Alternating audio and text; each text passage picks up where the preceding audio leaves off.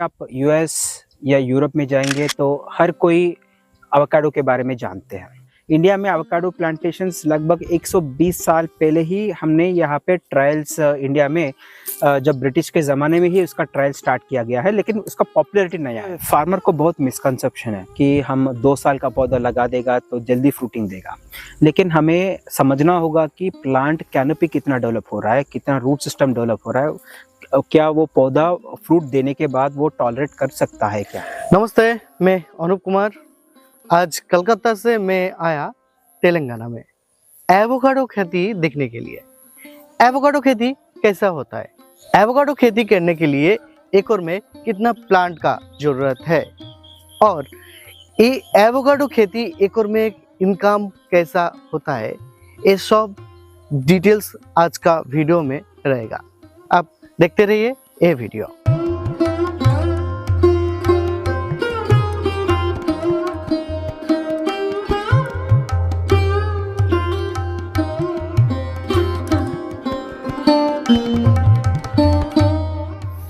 Sir नमस्ते। नमस्ते sir. आपको मेरा दोस्तों के परिचय दीजिए। मेरा नाम है doctor Srinivas Rao, Deccan exotics farm, Sangareddy, Hyderabad. Deccan exotics एक कोऑपरेटिव है जो फार्मर के साथ ऑलमोस्ट 23 स्टेट्स में काम कर रही है, और हमारा इंसेप्शन होके लगभग 10 साल हो गया है। And we are one of the few FPOs in India which are working with pan India. How to avocado? ये प्रश्नों का थोड़ा उत्तर दर्शक है। सो एवोकाडो एक नया क्रॉप है, स्पेशली पिछले 10-15 साल से बहुत तेज़ी से उसका पॉपुलैरिटी लोगों में आ रहा है। स्पेशली आप यूएस या यूरोप में जाएंगे तो हर कोई एवोकाडो के बारे में जानते हैं, और एवोकाडो लोग खाते हैं इसके हेल्थ बेनिफिट्स के लिए। फॉर एग्जांपल उसका जो फैट कंटेंट होता है, this is very good and it's one of the most nutritious fruit. और एवोकाडो में rich in vitamins like A, D, E के होते हैं, और फैट्स, हेल्दी फैट्स होता है जो कोलेस्ट्रॉल घटाने में काम करता है। So avocado is next generation fruit I can say. और लेकिन ये एवोकाडो आप सब जानते हैं कि this is like past 10 year से बहुत पॉपुलैरिटी बन रहा है, लेकिन इंडिया में एवोकाडो प्लांटेशंस लगभग 120 साल पहले ही हमने यहाँ पे ट्रायल्स इंडिया में जब ब्रिटिश के ज़माने में ही उसका ट्रायल स्टार्ट किया गया है, लेकिन उसका पॉपुलैरिटी नया आया था। लेकिन नया वेराइटीज़ जो अमेरिकन वेराइटीज़ है, लेटेस्ट वेराइटीज़ जो हाई ऑयल कंटेंट वेराइटीज़ है, लेट 80s या 90s या 2000 में उसका यूएस में पॉपुलैरिटी आने के बाद अभी पिछले 5-10 साल से इंडिया में पॉपुलर हो रहा है। सर एवोकाडो को क्या कौन सी वेराइटी है आपके पास? सो एवोकाडो आप उसके जेनेटिक्स जानना चाहिए पहले। एवोकाडो में 3 रेस होते हैं। पहला है Mexican races, the second one is Guatemalan races. उसमें सारे हाइब्रिड वेराइटीज ग्वाटेमालन रेस के नीचे लगाते हैं, हम कैटेगराइज करते हैं। और तीसरा वैरायटी और या रेस होता है जो है West Indian races. West Indian races are mostly seen in South India, and ये लगभग 120 साल पहले इंडिया को लाए गए थे। लेकिन ग्वाटेमालन रेसेस या Mexican races, these are the high oil content varieties or the hybrid varieties which were mainly hybridized by University of California Riverside. और जो कमर्शियल वर्ल्ड ट्रेड होता है, currently the market is around $14 billion. So 14 billion dollar, billion dollar मान लीजिए, तो लगभग 1,70,00,000 करोड़ का market है वर्ल्ड वाइड। 1,70,000 बहुत बड़ा मार्केट है। और ये improved varieties high oil percentage होता है। फॉर एग्जांपल अब जब आप वेस्ट इंडियन रेस लेंगे जो साउथ इंडिया में, कूर्ग में, कोडाईकनाल में ग्रो करते हैं, उसमें ऑयल परसेंटेज आपको लेस देन 8% मिलता है। लेकिन when we compare with the commercial varieties eaten in US और अमेरिका या UCR प्रोड्यूस क्या हुआ जो varieties है like हास, लैम हास, पिंकटन, उसमें 23-24% ऑयल परसेंट होता है। और एवोकाडो खाया जाता है उसके फैट्स के लिए। यस सर, जो वैरायटी अब इधर है आपके पास, वो वैरायटी कहाँ पर आता है? सो हम लगभग सारे अराउंड 15 to 16 वैरायटीज हम यहाँ पे प्लांटेशन किए हैं। उसमें 4 variety are most commercial successful and most popular varieties across the world. Like Hass, this is from California USA, hybridize वहाँ पे किया गया था। उसके बाद पिंकरटन, ये लगभग हास हाइब्रिडाइज किया गया है 1914 में, लगभग 120 साल पहले। और उसके बाद पिंकरटन एक वैरायटी वो है, वो 38 से लेकर 45 टेम्परेचर तक भी ये अच्छा ग्रो करता है। हास आपको 38 डिग्री के नीचे ग्रो करना पड़ेगा, लेकिन Pinkerton this can be grown up to 45 degree temperature. उसके बाद हास होता है, लैम्ब हास होता है। So this was also hybridised in the year 1990, और अभी लेटेस्ट वैरायटी है जो हाई टेम्परेचर लाइक 42-43 डिग्री पर भी ये स्टेबली ग्रो करता है और प्रोडक्शन अच्छा देता है। उसके बाद we have the other pollinator variety called Ettinger. जो सॉइल, कौन सी सॉइल में अच्छा होता है? Avocados definitely prefer sandy loamy soils, number 1। उसका पीएच होना चाहिए 6.5 के आसपास। लेकिन जो एवोकाडो रूट स्टॉक्स में जो नया रिसर्च हुआ है लगभग 40-50 साल से, फॉर एग्जांपल आप देख रहे हैं ये वाला क्ले सॉइल है, हाँ, काली मिट्टी है, 52% यहाँ पे क्ले है। पानी ज्यादा बारिश गया तो हम यहाँ पे चल भी नहीं सकते। और यहाँ पे चूने की मात्रा अराउंड 21% है, चूने की मात्रा ज्यादा है, बहुत ज्यादा है। हाँ। और इस कंडीशन में भी हम एवोकाडो ग्रो कर सकते हैं, लेकिन we need to have right root stocks. Root stocks very important avocado cultivation में। You can ask what is root stocks. Sir root stocks क्या होता है? सो सिंपल सी भाषा में बात करेंगे तो अगर आप पेड़ देखेंगे तो जड़ें जो होती है, जो धरती के नीचे होती है, जड़ें, जो रूट सिस्टम होता है उसको हम रूट स्टॉक बोलते हैं। और जो वैरायटी हम ऊपर ग्राफ्ट करते हैं, जो खाने का फ्रूट मिलता है, हाँ। ग्राफ्टिंग करते हैं, उसको सियॉन बोलते हैं सिंपल भाषा में। अगर फॉर एग्जांपल आपके मिट्टी में चूने की मात्रा ज़्यादा हो तो not all plants can survive, not all varieties can survive. अगर आपके मिट्टी में नमकीन की परसेंटेज ज़्यादा हो, वहाँ पे भी सारे वैरायटी ग्रो नहीं करते। सो ये रूट स्टॉक टेक्नोलॉजी लगभग दूसरे कंट्रीज में सिलेक्शन ऑफ द वैरायटीज जो वहाँ पे अच्छा परफॉर्म करते हैं उसमें से लेकर ये रूट स्टॉक वो बनाते हैं। लगभग ये 40-50 साल से वो उसको ऑब्जर्वेशन कर वो एक नया वैरायटी जो टॉलरेंट है ये सारे कंडीशंस को, प्लांट का जल्दी ग्रो करना, ज़्यादा फ्रूटिंग देना, या सलाइन टेम्परेचर, सलाइनिटी को टॉलरेट करना, या हाई प्रोडक्शन देना, फास्ट ग्रो करना, या काली मिट्टी में ग्रो करना, या चूने की मात्रा हो ज़्यादा हो उस पर भी टॉलरेट कर सके, आपके पानी खारे पानी हो उसको भी टॉलरेट करे। ये सारे फैक्टर्स रूट स्टॉक करता है। और रियल एक प्लांट का हीरो होता है रूट स्टॉक, बट वो दिखता नहीं है। 70% of the plant genetics root stock से ही आपको रिजल्ट मिलता है। और ऊपर जो प्लांट होता है आप खाली वो दिखावे के लिए, और जो वैरायटी हम खाने लायक फ्रूट देता है वो है ऊपर, हम उसको ग्राफ्ट करते हैं। सो रूट स्टॉक इंडिया में जो ये टेक्नोलॉजी नया हम यहाँ पे अभी सुन रहे हैं, लेकिन when we go to Israel जाएंगे या यूएस जाएंगे, लगभग 40-50 साल से वो इम्प्रूव्ड रूट स्टॉक्स को लेकर ग्राफ्टिंग कर हम वो प्लांट बनाते हैं। लाइक फॉर एग्जांपल अब सिट्रस मिलेंगे, एक रंगपुर लाइम होता है, उसको हम रूट स्टॉक बना के ग्राफ्टिंग करता है, सो उससे अच्छा रिजल्ट आएगा। Yes exactly. सो वो है root stock. Sir root stock कहाँ से मिलता है आपको?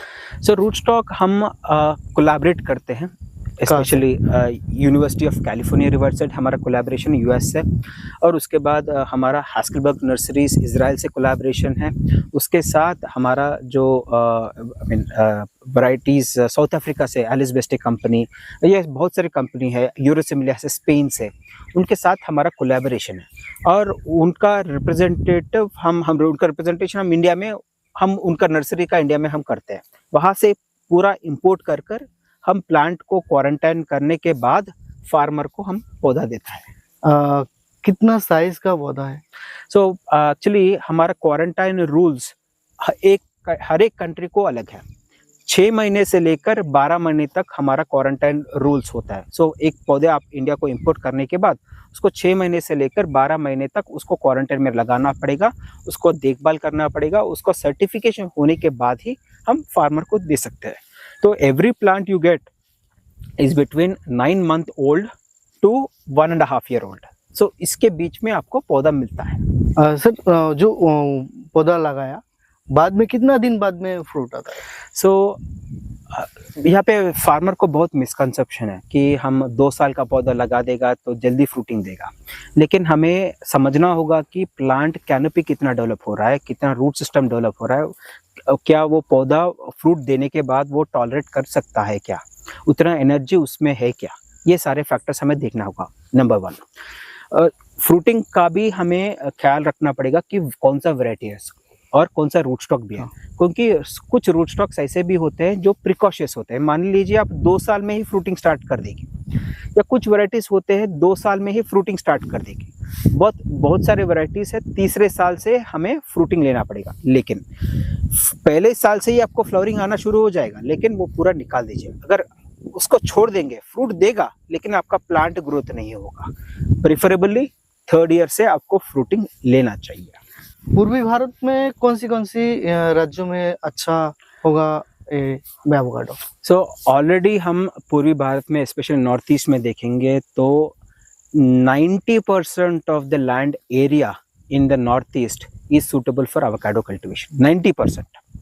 और हमने वहाँ पे बहुत सारे ट्रायल फार्म्स भी ऑलरेडी स्टार्ट किया है, राइट फ्रॉम अरुणाचल, पासीघाट से लेकर कोंगिया से लेकर दार्जिलिंग से लेकर वेस्ट बंगाल में और मणिपुर में और नागालैंड में, सारे एरियाज पे हमने ऑलरेडी टेस्ट ब्लॉक स्टार्ट कर दिया है और एकदम अच्छा रिजल्ट आ रहा है। हमें ये समझना होगा कि एवोकाडो ग्रोइंग के लिए टेम्परेचर या climatic conditions is not much needed. We have varieties, उसमें बहुत सारे वैरायटीज है जो उसी क्लाइमेटिक कंडीशन में परफॉर्म कर सके, अच्छा वो वैरायटी हमें चूज करना पड़ेगा। फॉर एग्जांपल, अगर आपके पास टेम्परेचर 38 डिग्री के नीचे है तो हास इज द आइडियल वैरायटी, हास एवोकाडो। हाँ। अगर आपके पास टेम्परेचर 38 से लेकर 42 तक जा रहा है तो हास नहीं चूज करना है आपको, लामहास, पिंकरटन, एटिंगर और मलूमा हास चूज करना है। अगर आपका टेम्परेचर 42 से लेकर 45 तक जा रहा है, 40 से 45 डिग्री, 45 डिग्री टेम्परेचर समर में, देन आपको लामहास पार्शली सूटेबल है, Maluma Hass is suitable, Pinkerton is suitable, Ettinger is suitable.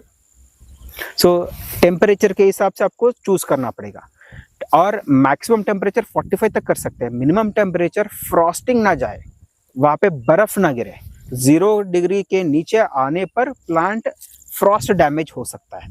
So 5 degree से लेकर 45 डिग्री के टेम्परेचर के बीच में कहीं पे भी आप एवोकाडो प्लांटेशन कर सकते हैं। और बारिश अगर आपको 1000 मिलीमीटर या 2000 मिलीमीटर होने पर भी कुछ प्रॉब्लम नहीं है, नो इश्यूज। सो जो वैरायटी आप बताया वो मिलेगा कहाँ? सो ये उसमें सारे कुछ वैरायटीज ऐसे भी है, पेटेंटेड वैरायटीज है। सो हमें नर्सरीज जो हम इंपोर्ट करते हैं, यूजुअली हम पेटेंट वैरायटी को रॉयल्टी पे करते हैं और हम फार्मर को हमारे नर्सरी की तरफ से, IG डेकर नर्सरी की तरफ से हम सारे इंडिया में हमारे फार्मर्स को डिस्ट्रीब्यूट करते हैं।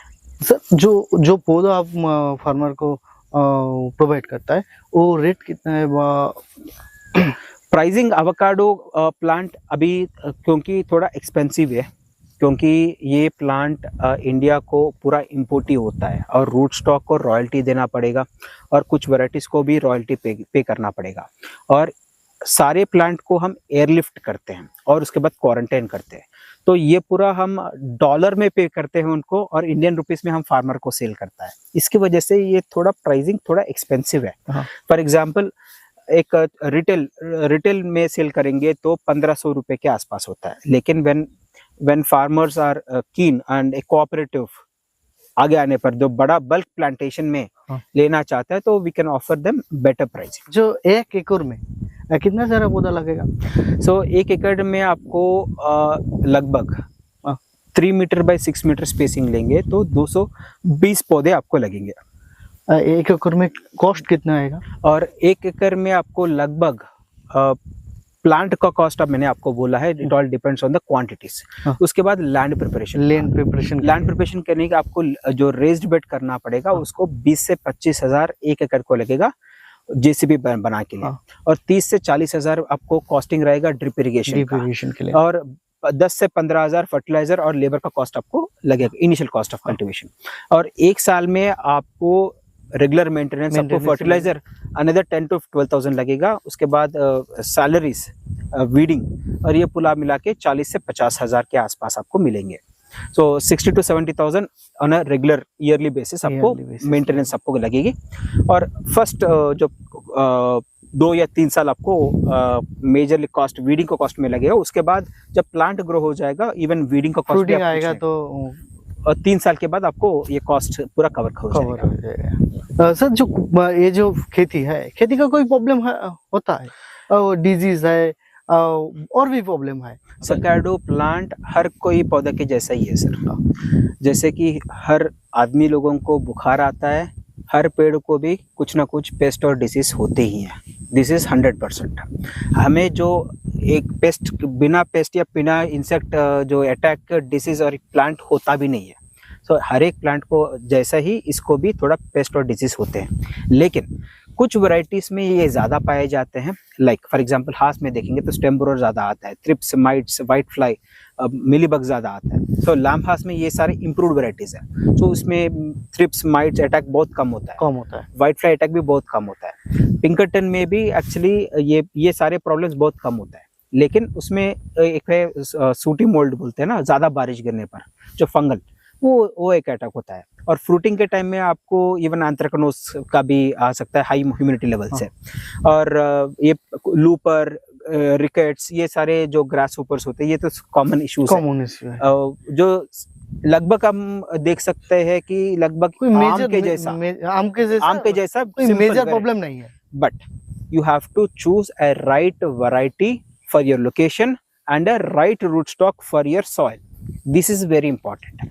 अगर आप राइट सॉइल के लिए आपका राइट रूट स्टॉक चूज नहीं करेंगे तो फर्स्ट ईयर आपको 60 to 70% of the plants mortality हो जाएंगे, क्योंकि phytophthora phenomena is a major infection which affects avocado. सही रूट स्टॉक, सही लैंड प्रिपरेशन नहीं करेंगे तो फार्मर के लिए ये बहुत प्रॉब्लमेटिक बन जाएगा।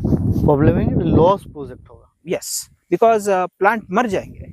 तो उसके लिए farmer planting material they have to take utmost care।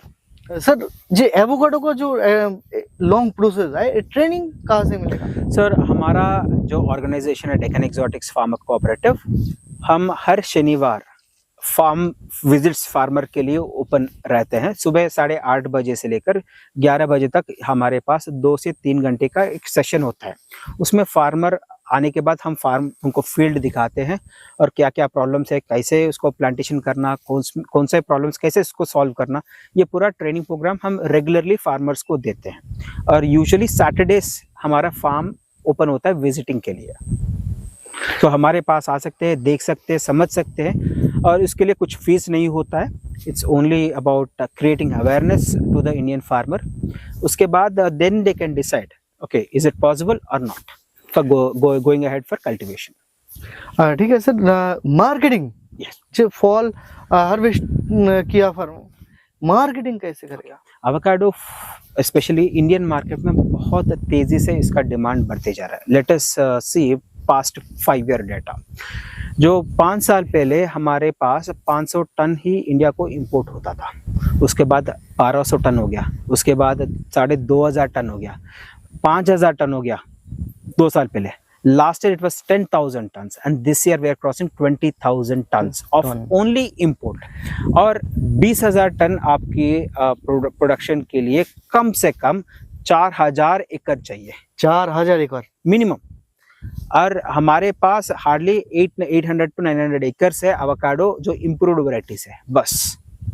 और अगले 5 साल में देखेंगे साल भर साल ये डबल होते जा रहा है। एंड बाय द टाइम अभी प्लांटेशन करेगा 3 साल वेट करेगा तो ये 60,000 to 80,000 टन्स हो जाएगा मार्केट। और हमारा production we are not even crossing 5,000 tons. Sir ये जो पौधा अब बताया जो रूट स्टॉक का पौधा, ये कितना साल वो जो फ्रूटिंग देगा?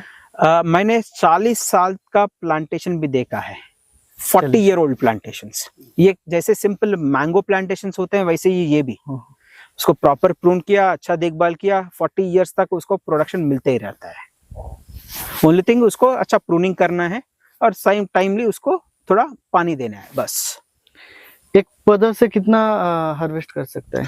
तो it is all dependent mature होने के बाद, या मैच्योर होने के बाद यूजुअली 5 या 6 साल के बाद यूजुअली एवरेज अराउंड एक वैरायटी का एक प्रोडक्शन होता है। एवरेज पिंकरटन का प्रोडक्शन लेंगे तो एक एकड़ में 6 टन से 7 टन तक आ सकता है। That is around 30 to 40 kg per plant, एक एकड़ के लिए 30 to 40 kg per plant. But when we go to Hass is the lowest producing plant, क्योंकि ये अल्टरनेट ईयर देता है। तो 30 kg देता है तो it is coming up to hardly 2.5 tons पर 2-3 टन्स पर एकड़, उससे ज्यादा नहीं आएगा। और लैम्बहास आएगा तो 5 से 6 टन तक आएगा, क्योंकि ये कंसिस्टेंट वैरायटी है। अभी मार्केट कितना है आपको? सो इंटरनेशनल मार्केट देखने पर it is not a constant price. Avocado कभी भी आप एक कांस्टेंट प्राइस नहीं मिलता है, जैसे कि ऑयल, गोल्ड एवरीडे ट्रेड होता है। इंटरनेशनल मार्केट में एवोकाडो का ट्रेडिंग वैसे ही होता है। फॉर एग्जांपल दिसंबर, जनवरी और फरवरी तक आपको फ्रूट आता है न्यूजीलैंड, ऑस्ट्रेलिया से। Then the price for avocado skyrockets because the cost of production in New Zealand and Australia is higher। तो आपको 600 रुपए से 800 रुपए के बीच में बिकता है वो 3 महीने में। उसके बाद मार्च, अप्रैल, मई, जून और मिड जुलाई तक हमें फ्रूट पूरा आता है south Africa, Kenya, टंजानिया, Uganda, Rwanda से। अफ्रीकन कंट्री में प्रोडक्शन कॉस्ट बहुत कम है और इंडिया को टंजानिया से 0% टैरिफ है। सो पूरा टंजानिया से इंडिया में डंप हो जाता है और हमें लगभग $2 का 1 kg मिल जाता है। That is around 160 rupees to 180 rupees के बीच में 1 kg मिल जाता है। बट जुलाई के बाद अफ्रीका का सीजन खत्म हो जाता है, then the Indian season starts. जो जुलाई, अगस्त, सितंबर, अक्टूबर, नवंबर, दिसंबर। और जब नॉर्थ ईस्ट में जाएंगे तो it is a completely different area, because altitude अलग सा होता है। तो वी इवन गेट टिल फरवरी तक। एवोकाडो में अर्ली वैरायटीज होते हैं like Pinkerton and Maluma. So we have mid varieties like Hass and we have late varieties like Lamb Hass. So हमें 6 महीने का सीजन मिलता है राइट फ्रॉम सितंबर, अक्टूबर से लेकर फरवरी तक। So we have a very good market because ये सीजन पे इंडिया में प्रोडक्शन ही पॉसिबल है। अफ्रीका में बहुत कम प्रोडक्शन होता है, सेकंड सीजन क्रॉप होता है बस। और we get fruits from Colombia, Peru and Mexico. But वहां से इंडिया तक आने के लिए, एक शिप में आने के लिए 1 महीना लग जाता है, which is not practically feasible. So India has a huge opportunity for growing. Market भी है, बहुत मार्केट है। और स्पेशली इंडियन मार्केट से लेकर we can directly send it to Middle East markets. So because अच्छा प्राइस मिल जाता है वहाँ पे। एक्सपोर्ट के लिए कॉस्ट भी ज्यादा नहीं लगता है, ज्यादा कॉस्ट भी नहीं लगता है। यहाँ से मुंबई से आपको गल्फ को जाने के 3 दिन में जाएगा गाड़ी शिप में। और फ्लाइट्स हैदराबाद से देखेंगे या साउथ से देखेंगे, दिन में 4-5 फ्लाइट है, 2 घंटा में यस चली जाता है। यहाँ से दिल्ली जाने के कितना कॉस्ट है, हैदराबाद से दुबई को जाने के उतने कॉस्ट है फ्लाइट में, स्पेशली फ्रूट कार्गो में। तो avocado is a big potential for Indian market. What we see and what the market is showing already. हमारे खुद का बात नहीं है, जो मार्केट डेटा पिछले 5 साल का देखने पर we can see that data and उसका ग्रोथ डबल होते जा रहा है every year. ठीक है सर, थैंक यू।